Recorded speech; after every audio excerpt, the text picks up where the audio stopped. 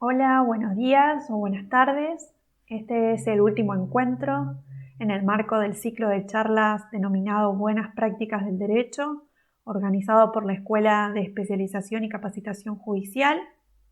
Mi nombre es Eliana Pradel, me desempeño como defensora oficial penal en la ciudad de Villa Mercedes y también como auxiliar docente en la Cátedra de Sociología de la Facultad de Ciencias Económicas, Jurídicas y Sociales de la Universidad Nacional de San Luis. Y en el día de hoy vamos a procurar acercarnos a las prácticas en el nuevo Código Procesal Penal de la provincia relacionadas a niños, niñas y adolescentes. Bien, a partir de febrero de este año comenzó a regir el nuevo Código Procesal Penal en nuestra provincia y este código tiene un título específico, un apartado específico, en donde se regula cómo debe ser el proceso en el caso en el que intervenga en el hecho un niño, niña o adolescente. Y a este tema es al que procuraremos hoy abordar. Pero, en primer lugar, es importante que destaquemos cuáles son los puntos de partida a partir del cual vamos a considerar este tema que intentaremos exponer e intercambiar saberes. Y uno de ellos es considerar que el derecho está inmerso dentro de lo que podríamos denominar ecología de saberes, y si bien en el ámbito judicial el derecho se erige sí como un saber de tipo privilegiado, desde esta exposición vamos a procurar entender que no es así, que en realidad en lo que respecta más aún en la intervención de niños, niñas y adolescentes, claramente el derecho está inmerso junto con otros saberes, interactuando de manera permanente y partimos de creer que así debe ser. Por eso siempre que pensamos las normas, las pensamos como construcciones sociales, como construcciones culturales, que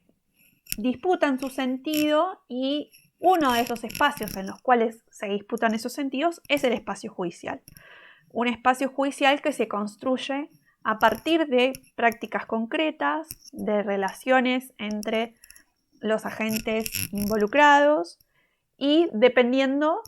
por supuesto, de los contextos en los cuales se llevan a cabo esas prácticas.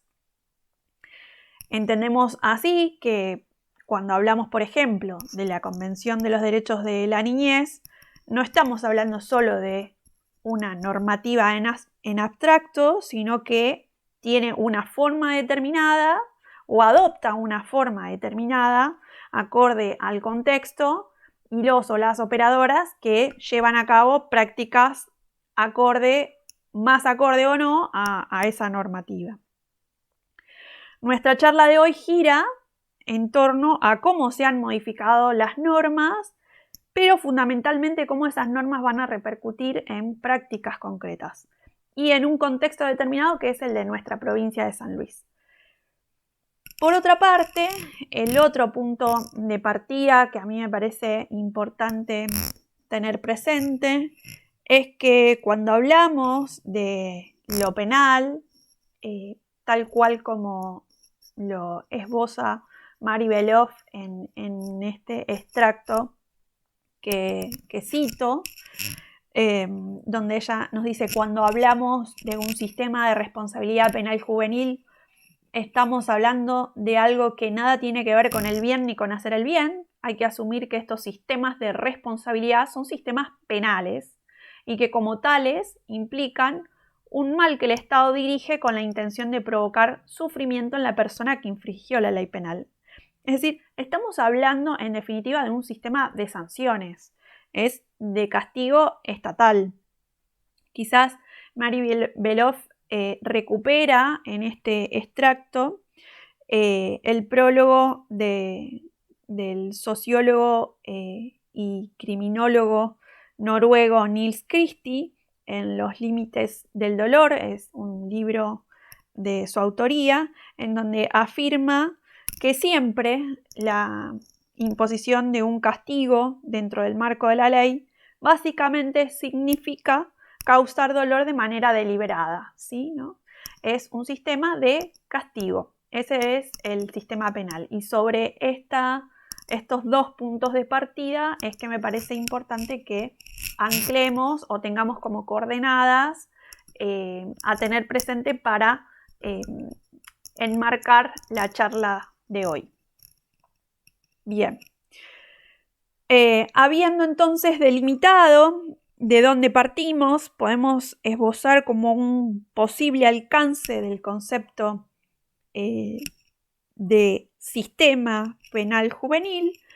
a un entramado de discursos y prácticas de los actores que conforman lo que la socióloga argentina Alcira D'Arocchi denomina como la cadena punitiva. Una cadena punitiva que relaciona o interrelaciona a la policía, a la administración judicial y al encierro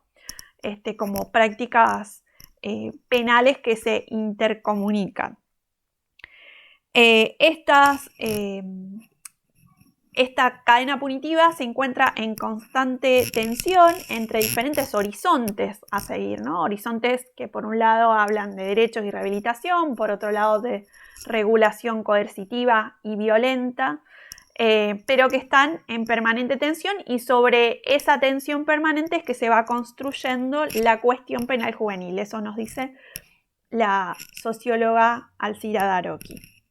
Entonces, el conjunto de normas e instituciones que regulan la intervención respecto de personas menores de 18 años que son sospechadas de haber cometido una infracción penal se encuentran en ese entramado de discursos y prácticas con estos horizontes ambivalentes. Estos horizontes ambivalentes tienen, por un lado, un modelo de tipo tutelar y, por otro lado, un modelo de tipo de protección integral. Y esto es un poco lo que vamos a ver ahora, antes de pasar a hablar propiamente dicho de las reformas en nuestro Código Procesal. Acá me pareció importante traer esta gráfica en donde Mafalda nos expresa de una manera mucho más clara a qué nos referimos con estos horizontes en tensión,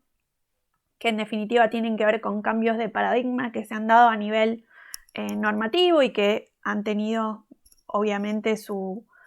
repercusión a nivel de las prácticas. Y cuando hablamos de cambio de paradigma, tenemos que entender que hablar de paradigmas, como expresa Daniela Puebla, implica hablar de modelos o de sistemas conceptuales que de algún modo orientan, fundan el conocimiento y las representaciones sociales tanto de científicos como de operadores, ya sea sociales, jurídicos, educativos, ¿sí? A eso nos referimos con paradigmas, a modelos o sistemas conceptuales que engloban un conjunto de ideas, de categorías de análisis, de principios, ¿sí? Acá Mafalda nos muestra dos paradigmas, que son estos de los que hablábamos, que se encontraban en tensión permanente y que son horizontes hacia los cuales se dirigen las prácticas. Por un lado, como decíamos, el modelo tutelar, que es el que vemos en la primera gráfica de Mafalda, y por el otro, el modelo de tipo de protección integral. Como, digamos, no pretendo hacer un desarrollo exhaustivo de este tema. De hecho, creo que roza el reduccionismo lo que podamos hablar en el marco de esta charla sobre estos dos paradigmas, pero sí me parecía importante que pudiéramos al menos tener las principales diferencias entre uno y otro. Y acá este cuadro que les comparto refleja un poco estos dos posicionamientos para cuando se llevan a cabo prácticas en materia de niñez y adolescencia. Si vamos a hablar hoy sobre las nuevas prácticas en el Código Procesal Penal, es importante saber hacia cuál de estos dos paradigmas nos estamos dirigiendo en el nuevo Código Procesal. Incluso tengan en cuenta, por ejemplo, que cuando nosotros estamos hablando del paradigma de tipo tutelar, nos vamos a referir a personas que son ya objeto de protección, por eso desde una mirada adultocéntrica vamos a hablar de menores, relacionado también a la incapacidad, a diferencia del modelo de protección integral que ya habla de niños, niñas y adolescentes como sujetos de derechos, que procura la protección y la promoción y reconocimiento de derechos. Ya no hablamos de personas incapaces, sino de personas que se encuentran en desarrollo. Hay también en el modelo de tipo tutelar esta idea de que como son objeto de protección, estamos hablando de personas que se encuentran en situación de riesgo o peligro material o moral. Por eso es que a este paradigma también se lo denominaba como de situación irregular, a diferencia del modelo de protección integral, que claramente a través de un enfoque de derechos que vino de la mano de la Convención de los Derechos de los Niños, empieza a tomar nota de lo que es la complejidad social e institucional y del marco de responsabilidades que deben asumirse cuando estamos hablando de situaciones de vulnerabilidad que pueden atravesar niños, niñas y adolescentes, estableciendo de alguna manera así una nueva forma de entender de qué estamos hablando cuando hablamos de protección integral. Bien, acá yo enlisté una serie de normativas que fueron las que de alguna manera fueron socavando todo lo que era las normas vinculadas al paradigma del modelo tutelar. Les pido disculpas porque sé que quienes están del otro lado son docentes, pero bueno, ustedes saben que quienes ejercemos la abogacía nos gusta enlistar normas, así que por eso es que esta diapositiva tuvo que ver con este vicio que tenemos quienes ejercemos esta profesión, pero sí me parecía importante que pudiéramos tener estas normas, que son normas a nivel internacional y convencional, a las cuales nuestro Estado se ha comprometido a respetar y que de alguna manera fueron abriendo el camino para que hoy podamos hablar de este nuevo Código Procesal Penal que recepta las normas que siguen este paradigma o directriz propio de que procura, digamos, el respeto de los derechos de niños, niñas y adolescentes. Bien. Este paradigma de tipo de la protección integral tiene estos principales principios rectores que vienen de alguna manera a enmarcar las prácticas en materia de niños, niñas y adolescentes. Por ejemplo, la del interés superior del niño. La del interés superior es, como ustedes saben, un principio que es una directriz clave para, ya sea en materia de normativa y mucho más aún de práctica respecto de la niñez y adolescencia. Su aplicación junto con otros principios funcionan de alguna manera como límite a la discrecionalidad de quien está tomando una decisión o interviniendo respecto de la situación de algún niño, niña o adolescente. Es decir, este principio funciona como una guía. Lo mismo respecto de esta diferencia sustancial que decíamos, de empezar a considerar al niño, niña o adolescente como sujeto de derecho y no como objeto. Que claramente lo distingue entre lo que era antes considerado un ser incapaz a ser considerado con una capacidad y autonomía progresiva, que le va dando también otro de los principios rectores importantes, que tiene que ver con la participación cuando se están tomando decisiones respecto de su persona. Agregamos lo del enfoque de derecho, esta perspectiva desde los derechos humanos, lo cual también trae consigo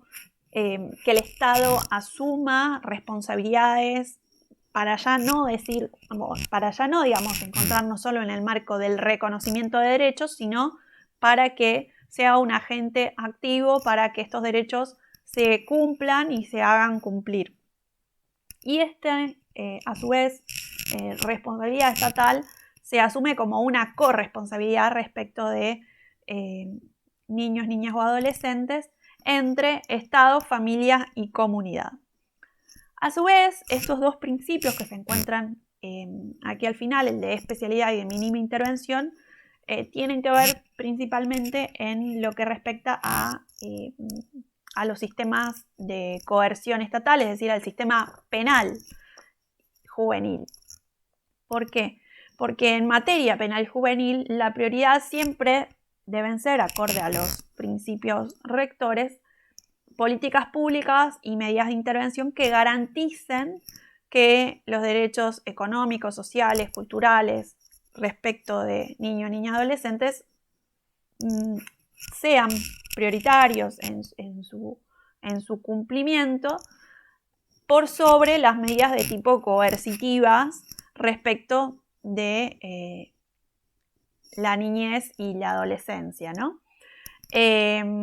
Acá me parece que es importante que tengamos en cuenta que cuando hablamos de sistema penal, como veníamos diciendo como al principio, cuando hablábamos de los puntos de partida, cuando hablamos de sistema penal estamos hablando de el Estado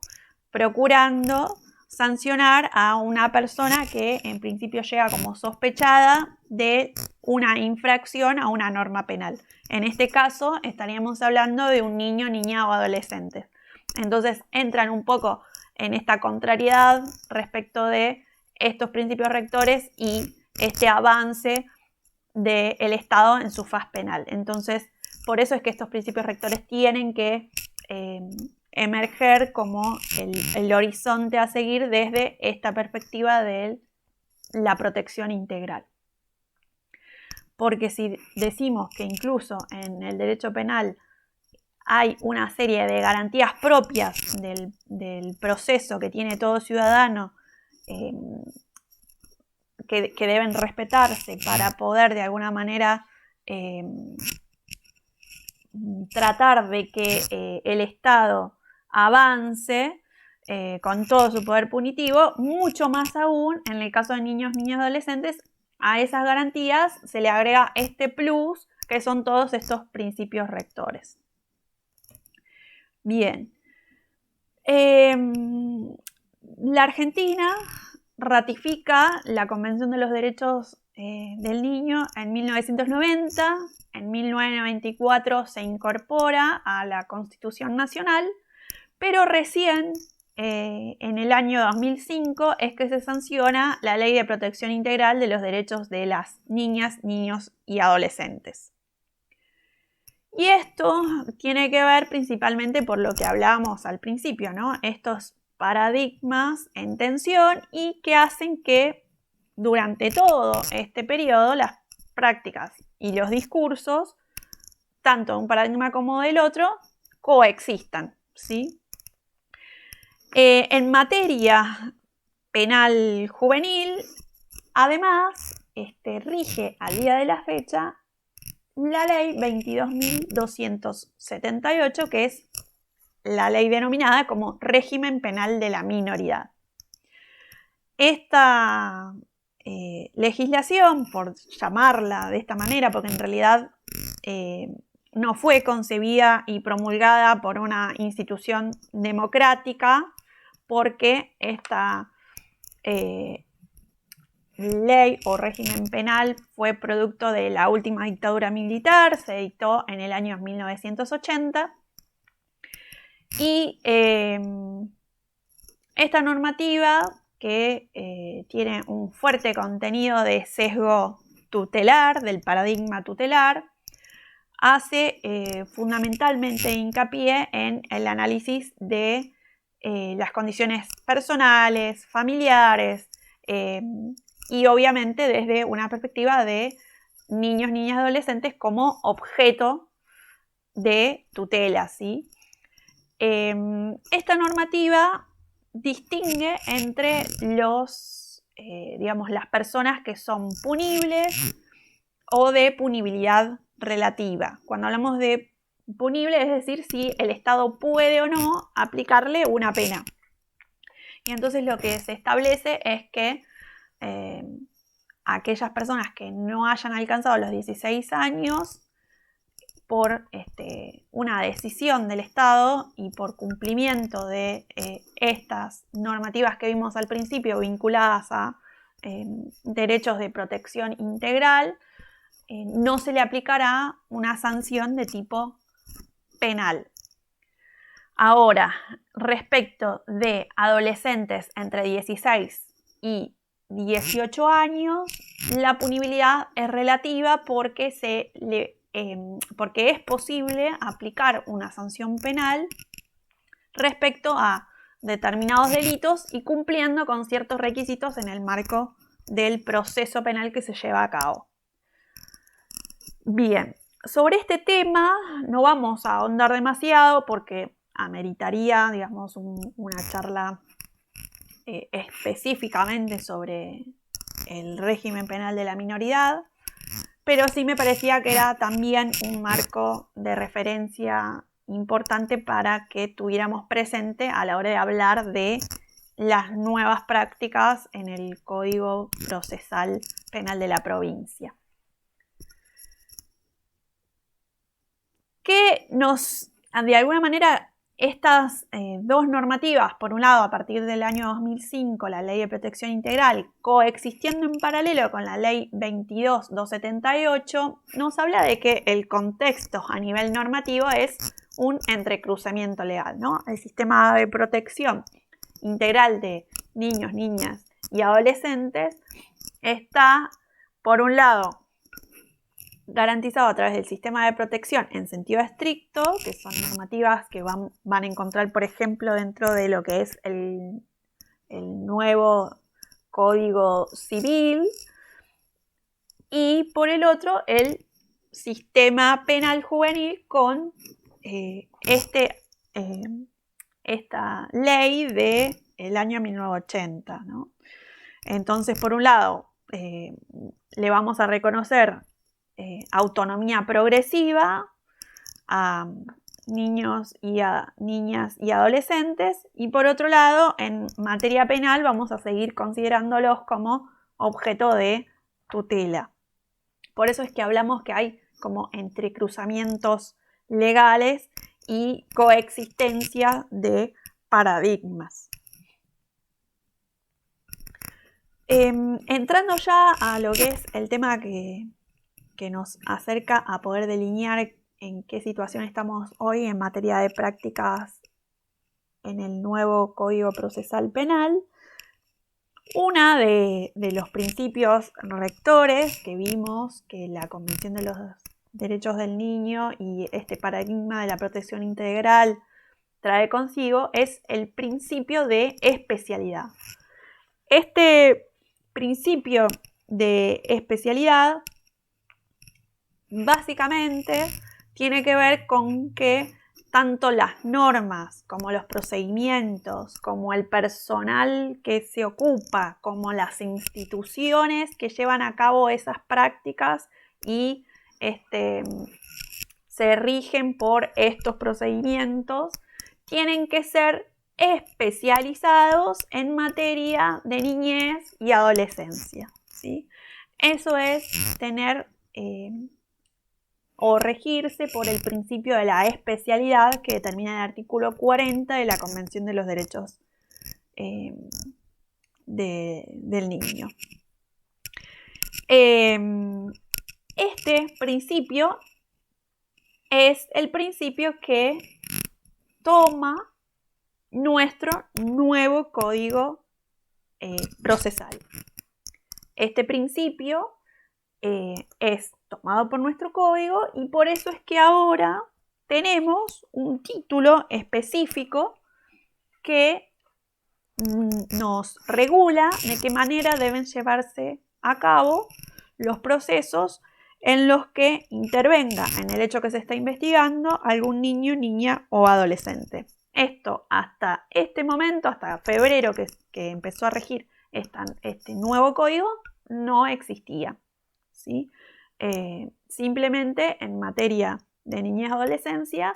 nos regíamos por un código que era netamente para prácticas respecto de personas adultas y con el régimen penal de la minoridad, que era la ley 22.278.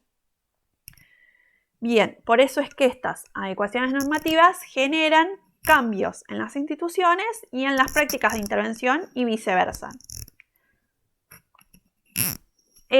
A su vez, es importante que tengamos también presente que el nuevo Código Procesal de la provincia pasó de un modelo de tipo inquisitivo a un tipo de proceso penal de tipo acusatorio. Tampoco vamos a ahondar demasiado en este tema, pero sí vamos a diferenciar de que cuando hablamos de un modelo de proceso penal acusatorio, que es el que estamos implementando a partir de febrero, se trata de un proceso que es netamente oral, es decir, que las decisiones se toman en el marco de audiencias orales, en donde se encuentran todas las partes involucradas presentes, en donde por lo tanto se da la inmediación, es decir, las decisiones se toman en el momento y a partir de que se escucha a una y a otra parte. Estas audiencias son públicas. Se procura siempre desde una perspectiva de entender que el delito son conflictos sociales, se procura reparar o solucionar el conflicto en pos de lograr restablecer la paz social. En el nuevo modelo de proceso penal acusatorio es ya la Fiscalía quien lleva adelante la investigación, el Ministerio Público Fiscal, con, por lo tanto, una clara separación de funciones entre un juez que toma decisiones, un juez o jueza que toma decisiones, y una Fiscalía que lleva a cabo la investigación y solicita, en todo caso, medidas a jueces o juezas de garantías. Y en este proceso penal de tipo acusatorio, la prisión no es la única forma de garantizar que una persona pueda ser sometida después a juicio oral, sino que hay otra serie de medidas cautelares que pueden garantizar que la persona que está siendo sospechada por infringir una norma penal vaya a acudir a posterior al juicio, como por ejemplo la obligación de acudir a la Fiscalía determinados días del mes, o la prohibición de acercamiento respecto de la parte que realiza la denuncia, o respecto a determinados testigos, la prohibición de salir de la provincia, entre otras serie de medidas que podemos enunciar, y no solo la prisión preventiva como la única regla. Bien, en lo que es en sí, en materia procesal penal juvenil, como decíamos, siguiendo este principio de la especialidad que nos demanda la Convención, se crearon o de alguna manera se redenominaron los juzgados, y uno de ellos, que era el juzgado contravencional, pasó a ser exclusivamente juzgado penal juvenil y contravencional, en donde en ese juzgado exclusivamente y de manera exclusiva hay un o una funcionaria que se encarga de tramitar los procesos en donde se sospecha que ha intervenido un niño, niña o adolescente. Estos procesos tienen, digamos, como ámbito de aplicación aquellos hechos que se están investigando y se considere que quien pudo haber infringido la norma penal se trató de un adolescente entre 16 y 18 años, porque recuerdan que la ley 22.278 nos decía que solamente se podía aplicar una sanción penal a quienes tengan esta edad entre 16 y 18 y respecto a determinados delitos. En el ámbito del fuero penal no se van a aplicar ningún tipo de medidas de protección. Eso también tiene que ver con lo que recién decíamos de los cambios de paradigma, ¿no? Acá ya no vamos a decidir respecto de un adolescente como objeto de tutela, porque este no es el ámbito para que se decida sobre ello, sino que acá en este fuero vamos a determinar si existe o no una responsabilidad de índole penal. Este tipo de procesos también contempla la posibilidad de la mediación, es decir, lo coloca y pone el énfasis en que el juez disponga medidas que procuren el acercamiento entre el adolescente y quien, digamos, de alguna manera aparezca como parte damnificada por el hecho por el cual viene sospechado o sospechada este o esta adolescente, y con la posibilidad de que si esta mediación da como resultado la composición del conflicto, es decir, logran un acuerdo, se pueda disponer el archivo de la causa. ¿Y esto por qué? Porque seguimos este criterio del paradigma de la protección integral, que es el que nuestro país viene procurando que se avance en materia de penal juvenil. También establece el nuevo Código Procesal cómo debe llevarse a cabo el juicio respecto de adolescentes. No vamos a entrar quizás en eso porque es más bien de carácter técnico, pero sí me parece importante que tengamos presente que si se declara a él o la adolescente como responsable de infringir una normativa penal,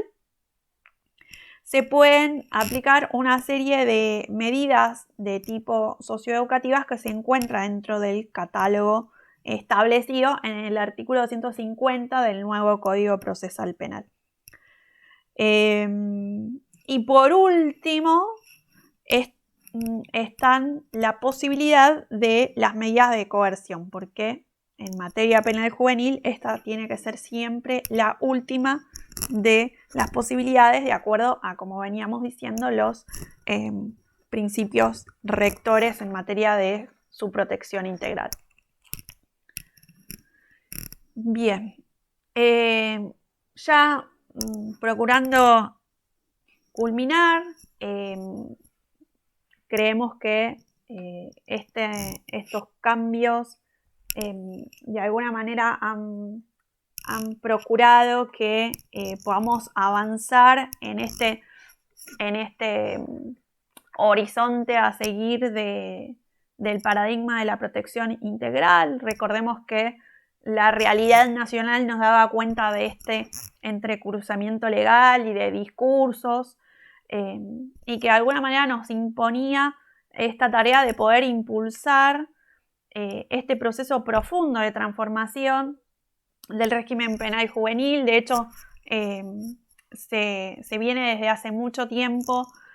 procurando que se avance hacia un modelo penal juvenil que sea respetuoso de los derechos humanos. Por eso es que este nuevo código que avanza en materia de la especialización ha sido importantísimo,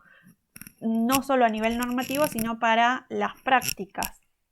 que llevan adelante las y los operadores judiciales. También creo que nuestro código procesal nos invita a acercarnos a prácticas de tipo restaurativa, ¿no? Ya, como dije anteriormente, nos acercamos ya más a la idea de gestión de conflictos. No entendemos solo la infracción penal como una infracción a una norma, ¿sí? Hay un conflicto detrás que es a donde quienes intervienen o intervenimos en materia penal tenemos que procurar tener como eje de trabajo, como eje de intervención.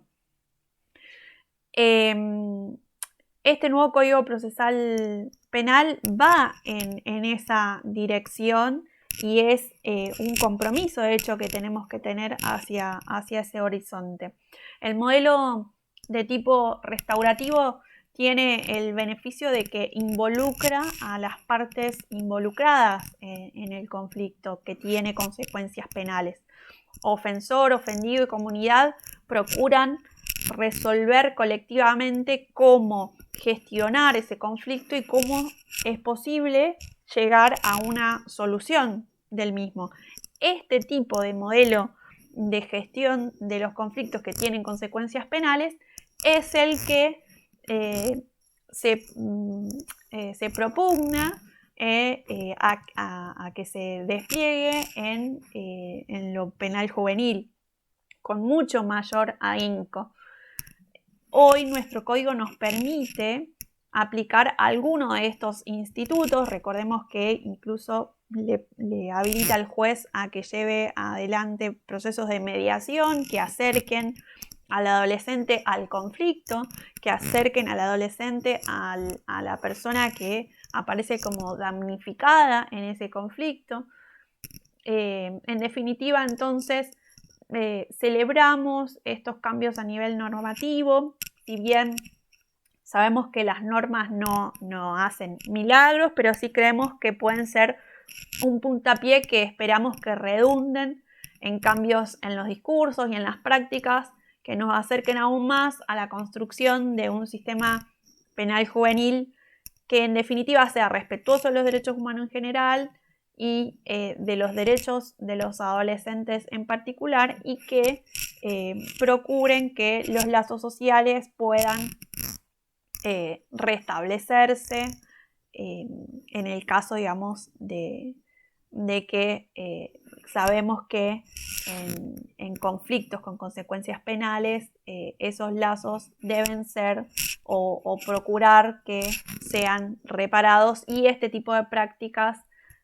claramente que traen este beneficio. Bueno, hasta aquí llega este intento por acercarnos a las nuevas prácticas del Código Procesal Penal en materia de niños, niñas y adolescentes en relación al derecho penal. Muchas gracias por la atención.